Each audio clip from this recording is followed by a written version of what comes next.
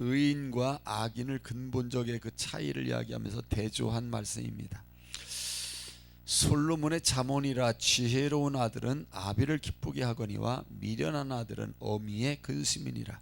불의의 재물은 무익하여도 공의는 죽음에서 건지느니라. 여호와께서 의인의 영혼은 줄이지 않게 하시나 악인의 소육은 물리치시느니라. 손을 게으르게 놀리는 자는 가난하게 되고 손이 부지런한 자는 부하게 되느니라. 여름에 거두는 자는 지혜로운 아들이나 추수 때에 자는 자는 부끄러움을 끼치는 아들이니라. 의인의 머리에는 복이 많아 악인의 입은 독을 머금었느니라. 의인을 기념할 때에는 칭찬하거니와 악인의 이름은 썩게 되느니라. 마음이 지혜로운 자는 계명을 받거니와 입이 미련한 자는 멸망하리라. 바른 길로 행하는 자는 걸음이 평안하려니와 굽은 길로 행하는 자는 드러나니라. 눈짓하는 자는 근심을 끼치고 입이 미련한 자는 멸망하느니라. 의인의 입은 생명의 샘이라도 악인의 입은 독을 머금었느니라. 미움은 다툼을 일으켜도 사랑은 모든 허물을 가리느니라. 명철한 자의 입술에는 지혜가 있어도 지혜 없는 자의 등을 위하여 채찍이 있느니라. 지혜로운 자는 지식을 간직하거니와 미련한 자의 입은 멸망에 가까우니라. 부자의 재물은 그의 견고한 성이요 가난한 자의 궁핍은 그의 멸망이니라. 의인의 수고는 생명에 이르고 악인의 소득은 죄에 이르느니라. 훈계를 지키는 자는 생명길로 행하여도 징계를 버리는 자는 그릇 가느니라. 미움을 감추는 자는 거짓된 입술을 가진 자요 중상하는 자는 미련한 자이니라. 말이 많으면 허물을 면하기 어려우나 그 입술을 제어하는 자는 지혜가 있느니라. 의인의 혀는 수는과 같거니와 악인의 마음은 가치가 적으니라. 의인의 입술은 여러 사람을 교육하나 미련한 자는 지식이 없어 죽느니라. 여호와께서 주시는 복은 사람을 부하게 하고 근심을 겸하여 주지 아니하시느니라. 미련한 자는 행악으로 낙을 삼는 것 같이 명절한 자는 지혜로 낙을 삼느니라. 악인에게는 그의 두려워하는 것이 임하거니와 의인은 그 원하는 것이 이루어지느니라. 희오리 바람이 지나가면 악인은 없어져도 의인은 영원한 기초 같으리라. 게으른 자는 그 부리는 사람에게 마치 이의 식초 같고 눈의 연기 같으니라. 여호와를 경외하면 장수하느니라. 그러나 악인의 수명은 짧아지느니라. 의인의 소망은 즐거움을 이루어도 악인의 소망은 끊어지느니라. 여호와의 도가 정직한 자에게는 산성이요 행악하는 자에게는 멸망이니라. 의인은 영영이 이동되지 아니하여도 악인은 땅에 거하지 못하게 되느니라. 의인의 입은 지혜를 내어도 패역한 혀는 배임을 당할 것이니라. 의인의 입술은 기쁘게 할 것을 알거늘 악인의 입은 패역을 말하느니라. 아멘. 할렐루야. 사랑을 축복합니다. 오늘 한날도 주의 은혜 한날 되기를 주의 이름으로 축복합니다. 지혜로운 자와 미련한 자 그리고 의인과 악인의 그 삶의 특성을 이야기하는데요, 서로 이렇게 대조적으로 나열을 하고 있다는 것입니다. 10장 말씀은요. 그리고 지혜롭고 경건한 삶이 무엇인가를 구체적으로 이렇게 말씀하고 있는 그 내용입니다. 그래서 10장은 의인과 악인의 그 근본적 차이점을 말씀합니다. 1절로부터 19절까지는 지혜와 진정한 그 가치관에 대해서 말씀하고 있고 20절로부터 32절까지는 하나님의 주권과 지혜에 대해서 말씀하고 있는 것입니다. 그래서 인간이 진정한 가치를 추구하는 그런 참된 이유가 있는데 그 이유는 하나님에 대한 신앙, 하나님을 대한 믿음 때문이라는 것입니다. 하나님을 믿기 때문에 진정한 가치를 추구한다는 것입니다. 그리고 참된 지혜는 바른 언어를 통해서 사용하게 되어지고 언어를 통해서 나타난다. 우리 말이란 말입니다. 혀에서 나오는 말. 그것이 13절로부터 이제 이야기하고 있는 것입니다. 명철한 자의 입술에서는 지혜가 있고 지혜 없는 자의 등을 위하여 채찍이 있느니라. 지혜로운 자는 지식을 간직하거니와 미련한 자의 입은 멸망에 가까우느니라. 입술의 말이 얼마나 소중한가에 대해서 이야기하고 있는 것입니다.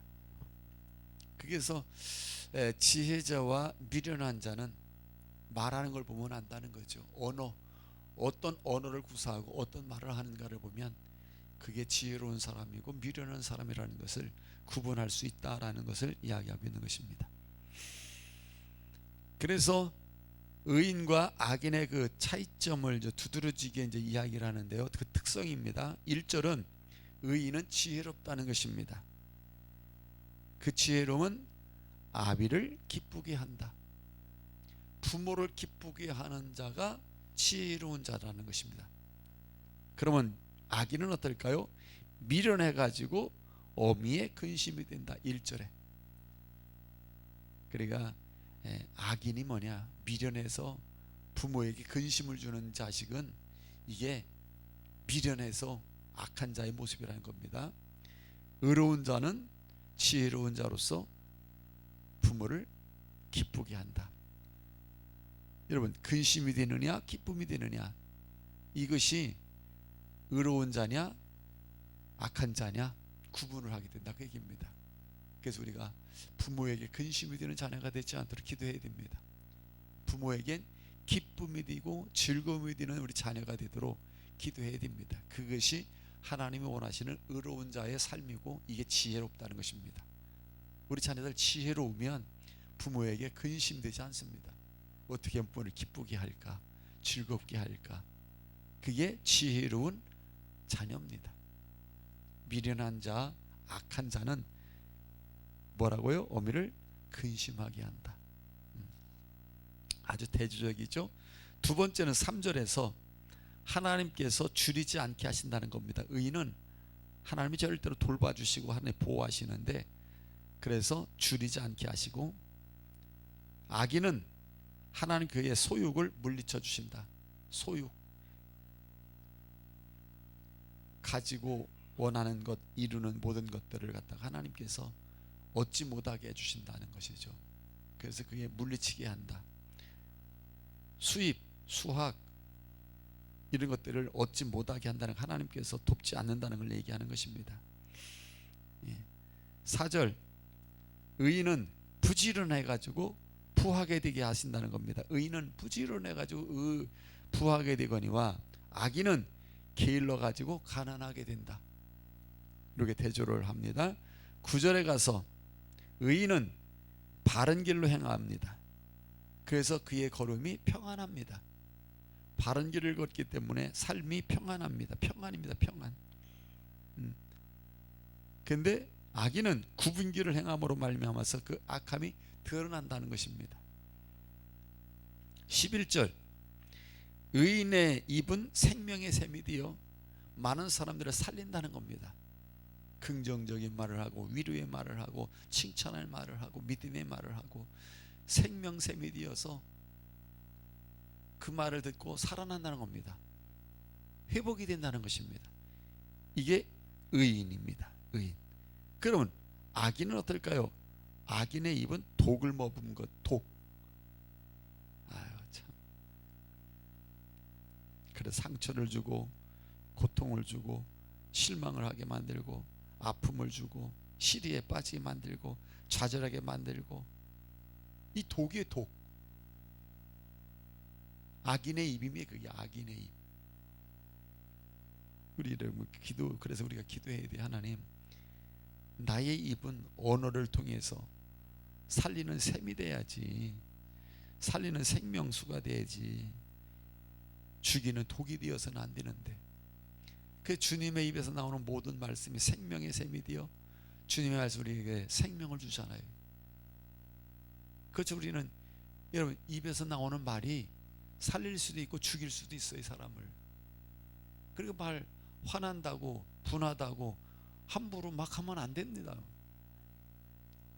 그 말이 독이 될 수도 있고 생명샘이 될 수 있어요. 자녀들에게 생명수가 될 수 있고 독이 될 수가 있어요. 같이 사는 사람에게 생명수가 될 수도 있고 독이 될 수도 있어요. 근데 그걸 모르고 그냥 막 말을 합니다. 함부로 막 말을 합니다. 그걸 통해서 의인인지 악인인지 구분이 되는 겁니다. 내가 의의 삶을 살고 있는지, 불의의 삶을 살고 있는지, 선한 삶을 살고 있는지, 악한 삶을 살고 있는지, 내가 선한 사람인지 악한 사람인지 언어를 통해서 나타난다는 겁니다. 언어입니다, 여러분. 다 경험하잖아요. 그 말 한마디 때문에 속상하고 상처받고 괴롭고 힘들어.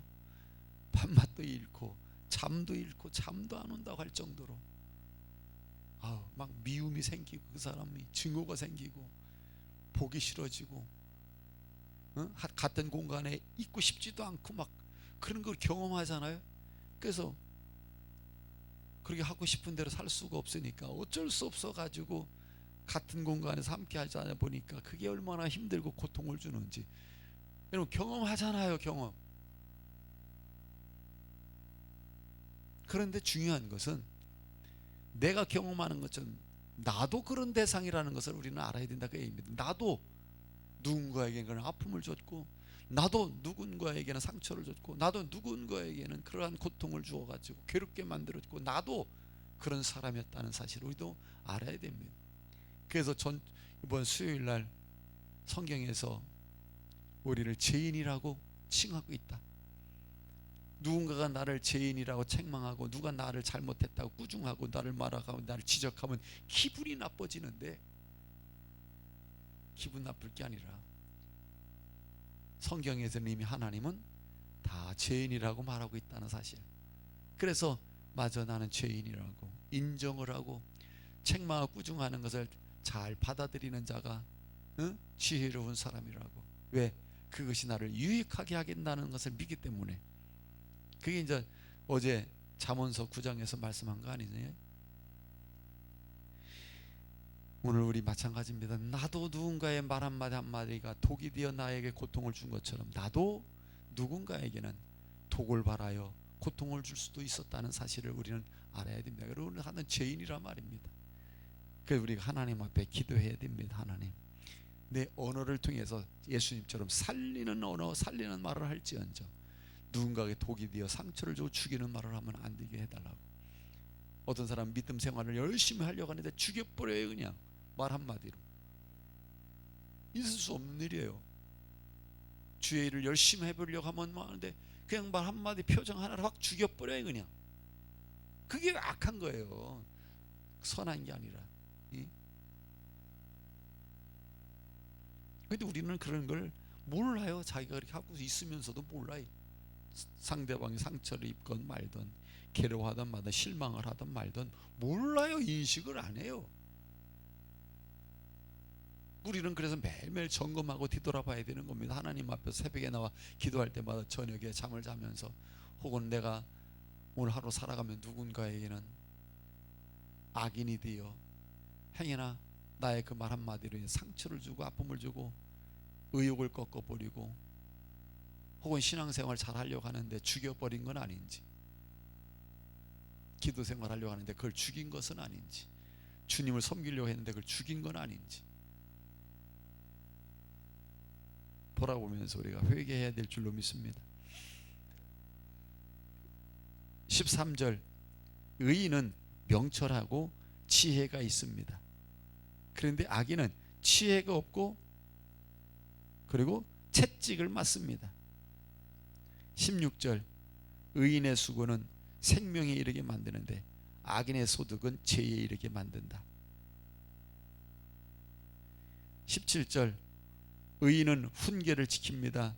그래서 생명의 길로 행합니다. 악인은 징계를 버립니다. 그래서 그릇 행합니다.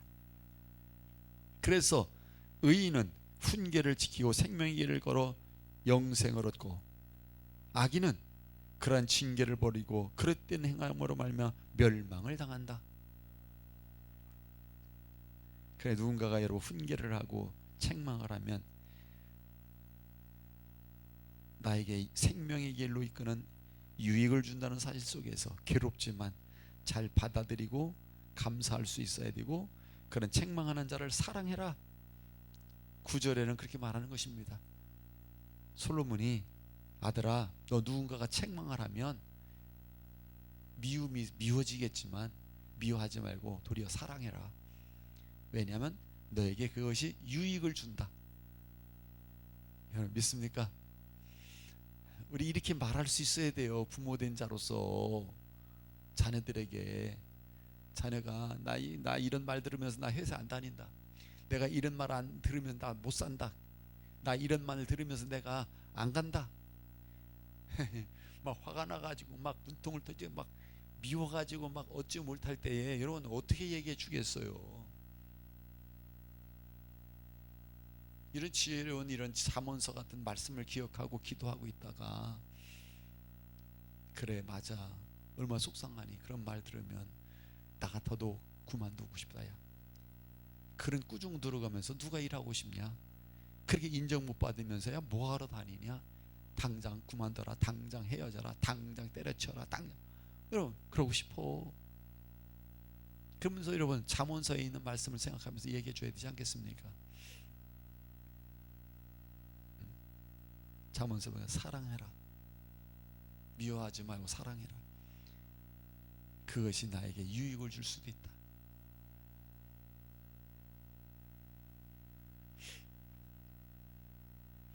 (19절) 입술을 제어한다는 겁니다. 의인은 입술을 제어한다. 그래서 지혜가 있는 겁니다. 입술 할 말 다 안 한다는 겁니다. 그 지혜로웠던 거예요. 오늘 우리 성도들도 보면은 할 말 다 하는 사람이 있어요. 아우 나 참 할 말 다 해요. 싫으면 싫다, 좋으면 싫다서부터 그냥 뭐 할 말 아우 그 입을 제어할 줄을 몰라. 이 지혜가 없는 거예요. 그런데 성경에서 의인은 제어한다는 겁니다. 그 지혜가 있다는 것이고 악인은 말이 많아. 그래서 허물이 많아져. 말이 많은 사람은 허물이 많아요. 딱 맞죠? 23절 의인은 명철하여서 지혜로 악을 이겨냅니다.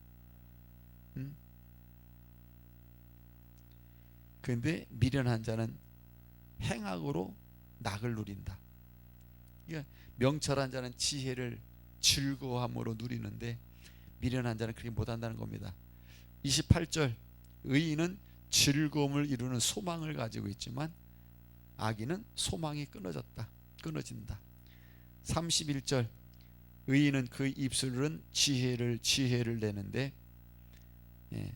악인은 혀가 배임을 당한다. 이게 대조적으로 이렇게 얘기하고 있습니다. 얼마나 의인과 악인의 이런 지혜로운 자와 미련한 자를 대조해서 10장을 말씀하고 있는데요. 그래서 오늘 우리는 지혜가 얼마나 가치 있고 소중한 것인가에 대해서 새삼스럽게 말씀하고 있는 겁니다. 그래서 우리가 지혜자가 되어야 된다 그 얘기입니다. 이 삶에 실질적으로 우리 적용이 되어지는 것입니다. 그래서 이 지혜로운 자랑 같이 살면 같이 사는 자들이 얼마나 행복할까. 이런 지혜로운 자를 아내로 삼고 그러면 남편이 얼마나 행복한 놈일까. 아이고 죄송합니다. 놈은 뺍니다. 행복한 분일까. 지혜로운 여자랑 산다는 게, 이런 지혜로운 남편과 산다는 게 아내로서 얼마나 행복한 분일까. 이런 지혜로운 부모로 둔 자녀들은 얼마나 행복할까. 맞지 않습니까? 하나님 앞에 여러분 지혜를 구하십시오. 하나님 은혜와 사랑을 감사합니다.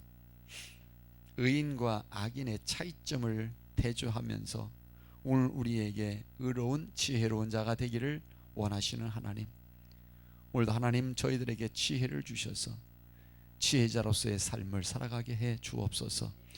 예수님의 이름으로 기도하옵나이다. 아멘.